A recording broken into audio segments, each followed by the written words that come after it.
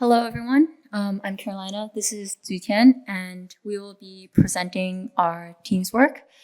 And this paper represents work that was primarily done at Meta in 2024. So let's jump into it. Here's the outline of the talk.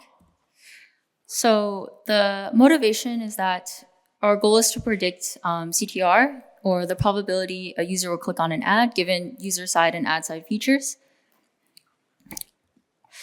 However, this is challenging at Meta because of certain characteristics of the item impression distribution. And there are three main challenges. The first being item cardinality. The number of total items considered is large. The second is impression skew. Most impressions will be for a small subset of the total items, and many items have few impressions in the data. The third is raw ID drifting, where the item ID space is highly dynamic and changing over time.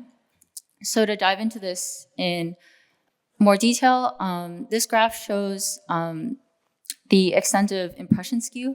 So the x-axis is items sorted by impression count, while the y-axis is the cumulative impression share of those items.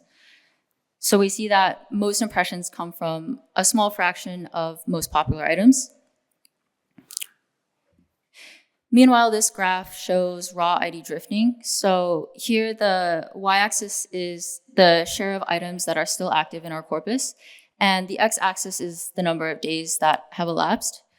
So we see that over 6 days, half the original item corpus has exited, and also an equal number of new items will enter. And this raw ID drifting is a problem because not only do we have cold start issues, we also lose the knowledge from items that were previously in the system and were trained on but have then left. So the motivation of this work was we want to design a stable ID space to mitigate distribution shifts in our data. But in order for this to be effective, we want collisions between different items to involve items that have similar semantics rather than random collisions.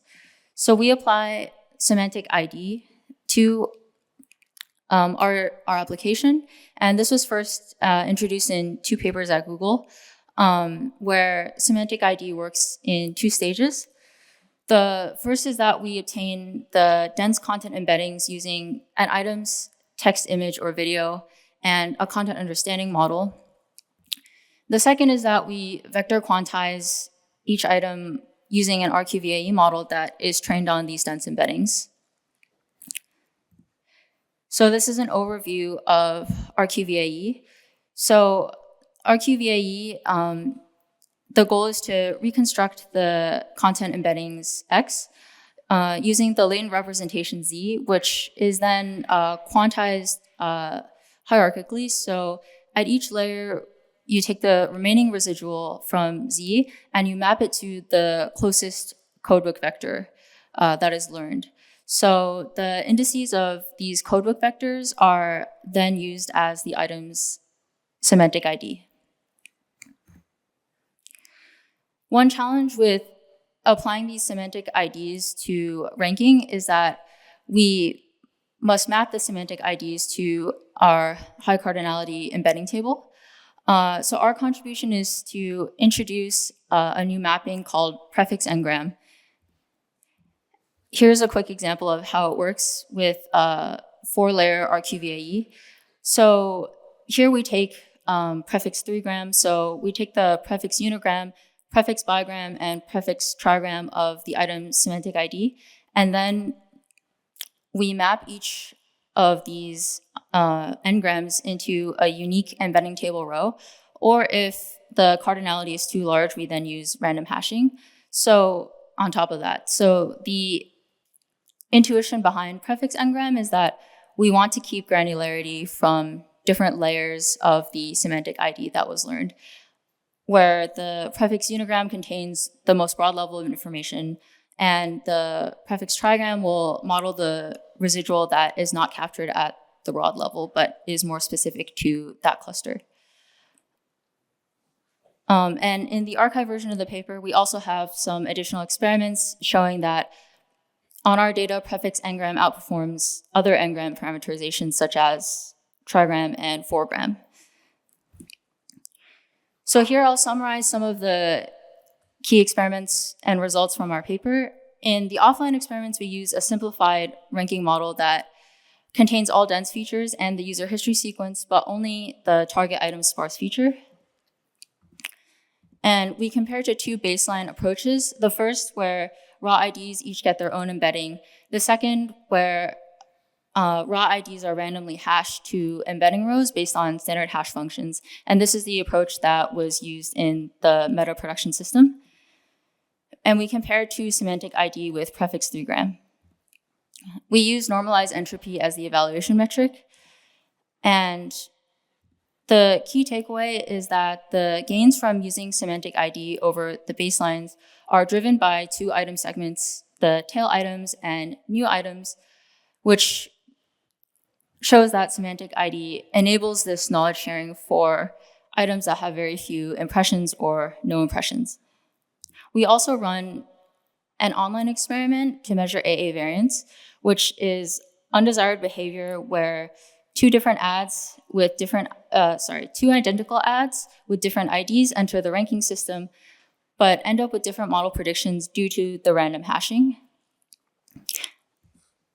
And we measure the relative AA prediction difference in this setting, and we find that the model with 6 semantic ID sparse features reduces the average AAR by 43%.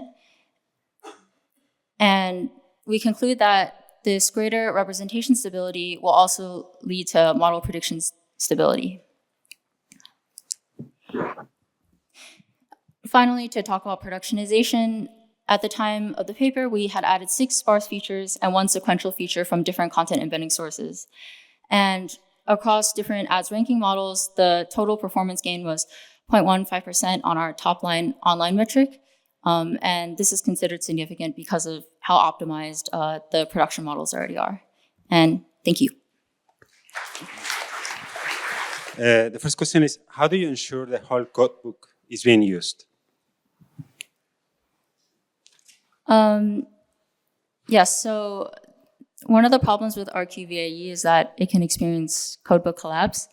I'm not sure about the specifics used for RQVAE training, but we were able to overcome this problem in offline experiments. Thank you for the talk. I wanted to ask a question about the other aspect of stability of the IDs.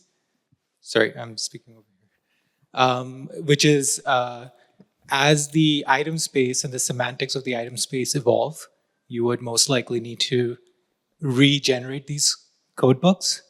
In that case, how do you ensure the stability of the IDs, i.e. existing IDs mapped to the new IDs?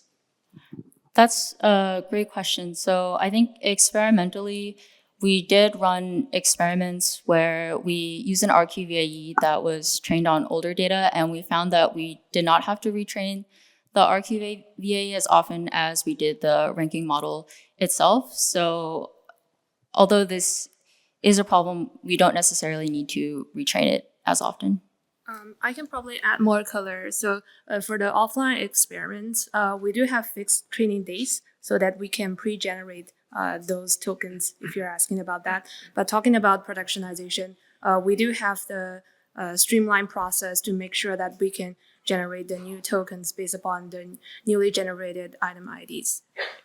If you are not just shifting complexity rather than remove it, and they ask if by clustering IDs you may stabilize embeddings, but aren't you also introducing new risks like semantic drift or brittle collisions as content evolves?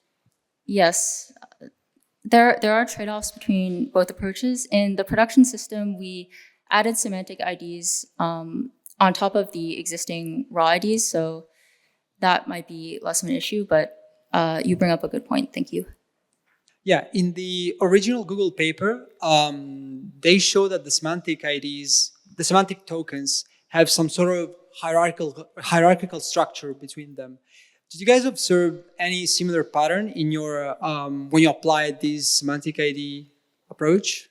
Yes, we did. So we did look at the actual ads that were being clustered, and we found some really interesting examples, such as I think at one level there were all ads that had to do with pizza, and then the next level were pizza ads in different languages. So yes, we did see that.